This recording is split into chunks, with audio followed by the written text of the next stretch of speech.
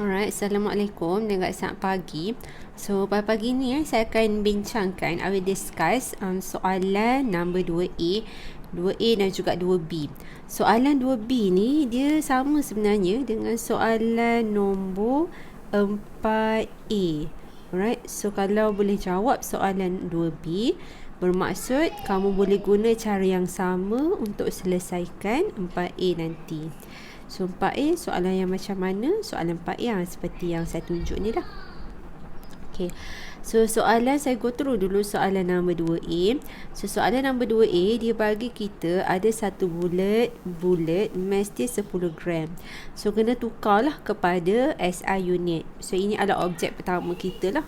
So ini adalah M1 tukar kepada kilogram, dia akan jadi 0.01 kilogram. Okay. Lepas tu dia kata is fired into a stationary wooden block. So highlight the keywords lah, stationary wooden block. So kita ada bulat, kita punya bulat ni, okay, peluru ni, okay, tak jadi peluru ya. Kita ada bulat kat sini, we have a bullet here, and then this bullet is being fired into a wooden block. So ada kayu lah. Alright, so better for you to draw lah, so that you can actually imagine. So this is your mass 1, this is your mass 2. So mass 1 ni bila kita fired, bermakna dia bergerak lah. So dia akan ada satu halaju awal sebelum dia berlanggar. So this is actually before collision, okay, sebelum pelanggaran. Okay, so wooden block ni pula dia tak bergerak, maknanya halaju awal bagi objek kedua kita adalah kosong, dia tak bergerak. Okay, lepas tu dia kata into a stationary wooden block of mass 5 kg, maknanya ini mass dia adalah 5 kg. Mass yang pertama tu yang 0.01 kg lah. Dia kata the bullet embedded in the block. Embedded ni maknanya dia tertanam. So bermaksud selepas collision, after, what will happen is that, so you have a wooden block here. So this wooden block dia masuk ke dalam ni. Lepas tu bullet ni masuk ke dalam kayu kita, dia tertanam di dalam kayu ini.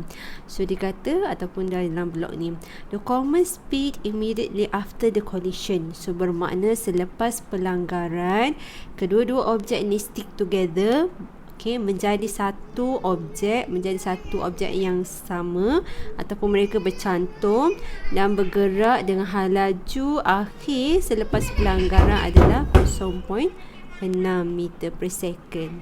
Okey. So sekarang ini situasi sebelum dan juga situasi selepas.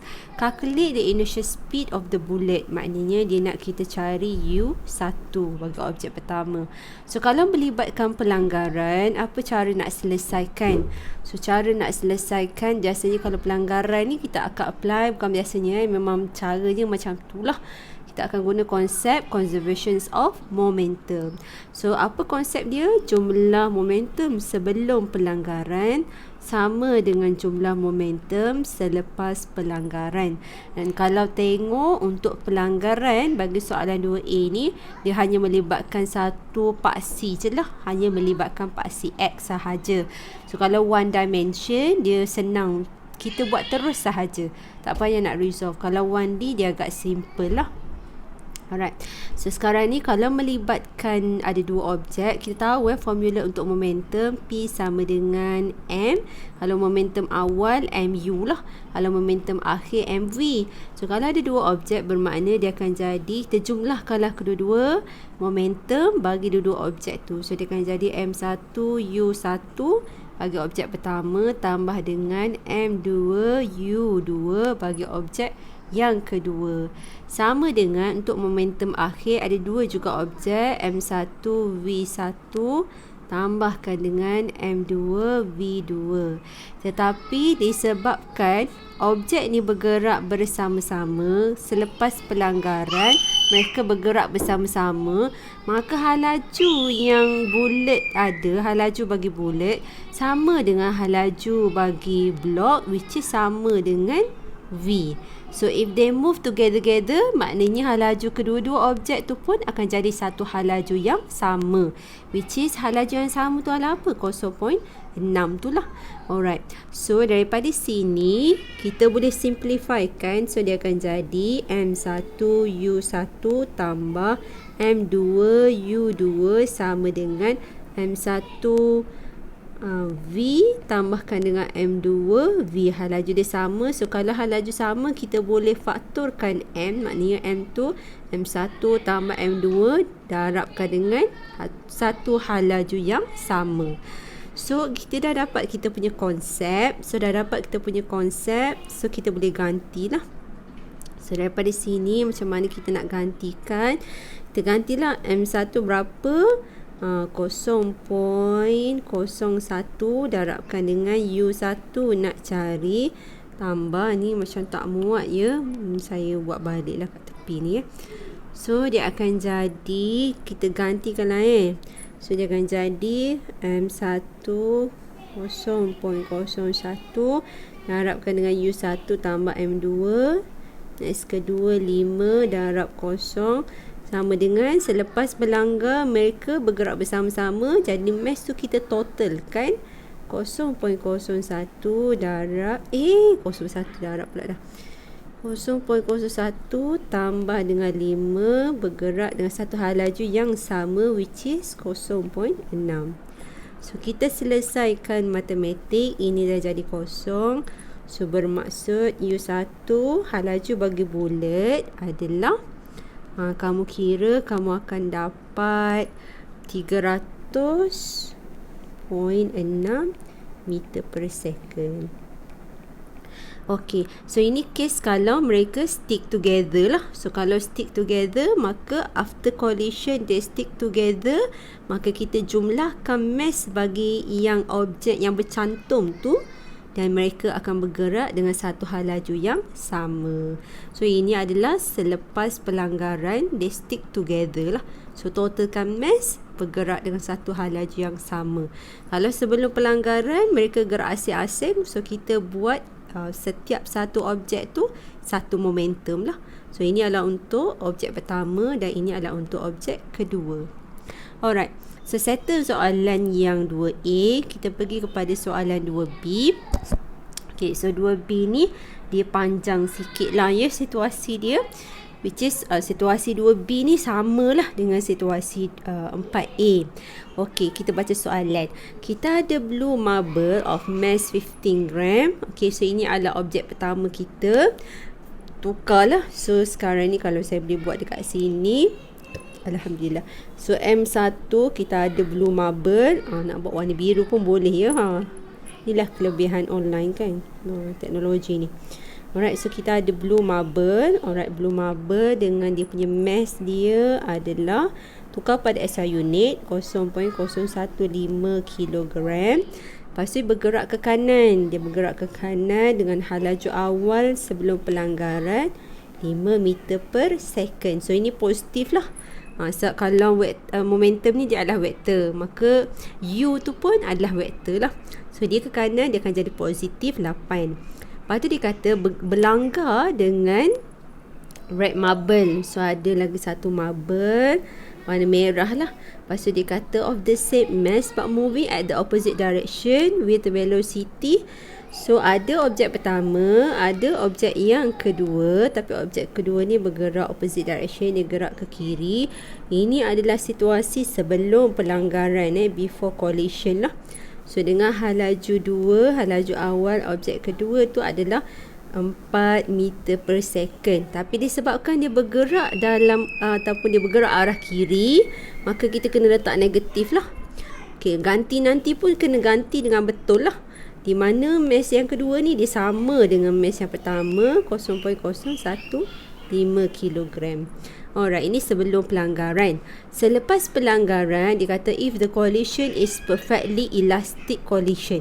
Apa maksud perfectly elastic? Bermaksud selepas pelanggaran, kalau betul-betul elastik, plastik pula dah. Kalau betul-betul elastik, maknanya after collision, selepas pelanggar, dia akan jadi kenyal. Pelanggaran kenyal maknanya Kalau sebelum objek kanan gerak ke objek pertama gerak ke kanan, objek kedua gerak ke kiri, mereka berlanggar. Lepas berlanggar dia akan bergerak asing-asing. So maknanya lepas berlanggar objek pertama warna biru ni dia akan gerak ke arah kiri. Ini laju akhir dia. Objek yang kedua pula, kalau tadi objek kedua gerak ke kiri, selepas berlanggar pula objek kedua akan gerak ke kanan. Ini laju V2. So ini adalah situasi selepas pelanggaran. Harap boleh dengar lah yang nak saya duduk jerit-jerit tu. Okay. So kita selepas pelanggaran, kita tak tahu laju bagi objek pertama dan juga kita tak tahu laju akhir bagi objek yang kedua. Kena hati-hati dia. Ini adalah simbol V lah. V2 ni kita tak tahu. So kalau ada dua unknown, bermaksud kita kena guna dua persamaan untuk selesaikan dua unknown. So apakah dua persamaan tersebut? Dua persamaan tersebut datang daripada dua konsep lah. So konsep yang pertama kita akan apply conservation of momentum, di mana jumlah momentum sebelum pelanggaran sama dengan jumlah momentum selepas pelanggaran. So kalau tengok ini pun melibatkan satu dimension. So 1D tak payah nak resolve, tak payah nak guna cos ke sin ke, tak perlu. Just straightforward je. Kita buat je macam biasa. So kalau ada dua objek, kita jumlahkan momentum bagi kedua-dua objek tu. So dia akan cari untuk inertial M1U1 tambah M2U2 sama dengan untuk selepas pelanggaran ada dua juga hal laju masing-masing. So M1V1 untuk hal laju momentum akhir bagi objek pertama, tambahkan dengan untuk objek kedua M2V2 dan mereka bergerak asing-asing. So kalau bergerak asing-asing maka hal laju V1 tak sama dengan V2. So V1 is not the same as V2. So yang ni kita kena carilah dia punya hal laju akhir dia. So kita gantikan nilai dulu. So ni berapa? 0.01. Ni positif 8 tambah 0.01 darabkan dengan negatif 4 sama dengan 0.015V1 tambah 0.015V2. So kamu selesaikan matematik. Ni berapa dapat jawapan ni? Okay, so kita kira kejap. Darab 8 tambah dengan darab negatif 4. So kita akan dapat ini sebagai 0.06. So sebelah sini pula mass ni kita boleh faktorkan nombor ni. So 0.015 V1 tambah V2. So selesaikan nombor ni, pindah ke sebelah kiri. So dia akan jadi bahagi 0.015 4 lah. So 4 sama dengan V1 tambah V2. So ini adalah kita punya persamaan pertama. So kita jadikan V1 sebagai subjek. So V1 sama dengan 4 tolak V2. So ini adalah persamaan yang pertama daripada konsep conservation of momentum. Ini kita guna konsep pertama untuk dapatkan satu persamaan. Untuk persamaan kedua pula, kita kena guna konsep yang kedua lah. So kalau kata elastic collision, pelanggaran elastik, maka apa lagi satu ciri-ciri bagi pelanggaran elastik?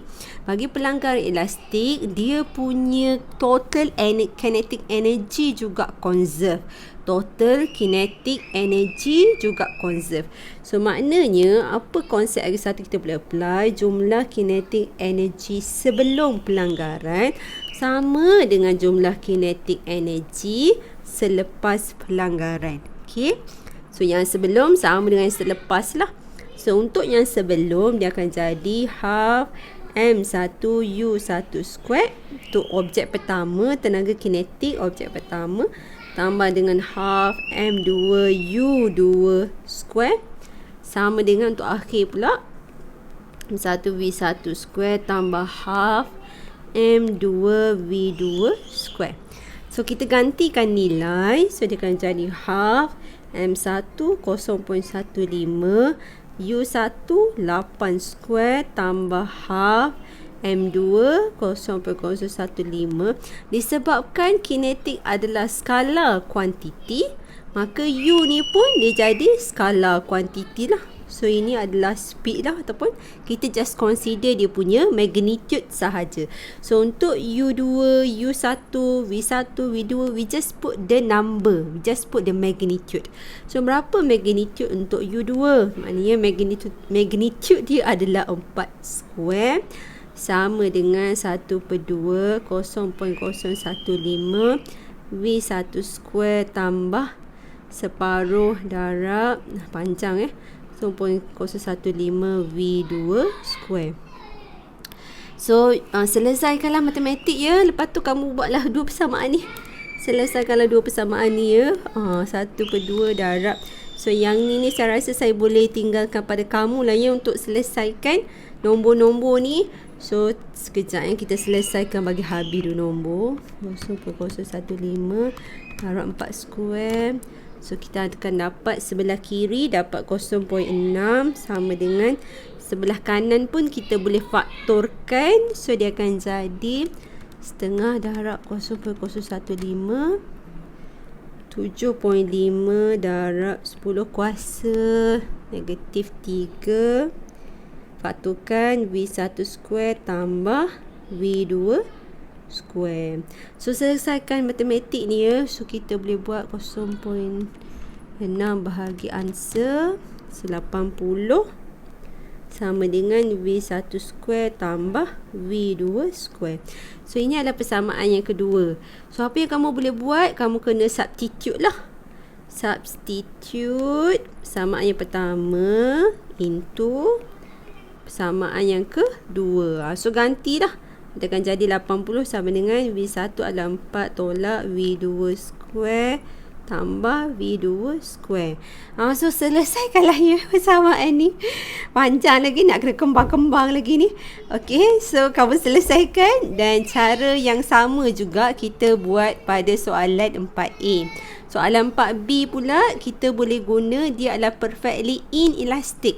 Perfectly inelastic maknanya selepas pelanggaran, after collision, dia mesti akan bercantum. They will stick together. Kalau kata stick together tu maknanya kedua-dua objek A dan objek B bercantum dan bergerak dengan satu halaju yang sama. The same velocity lah.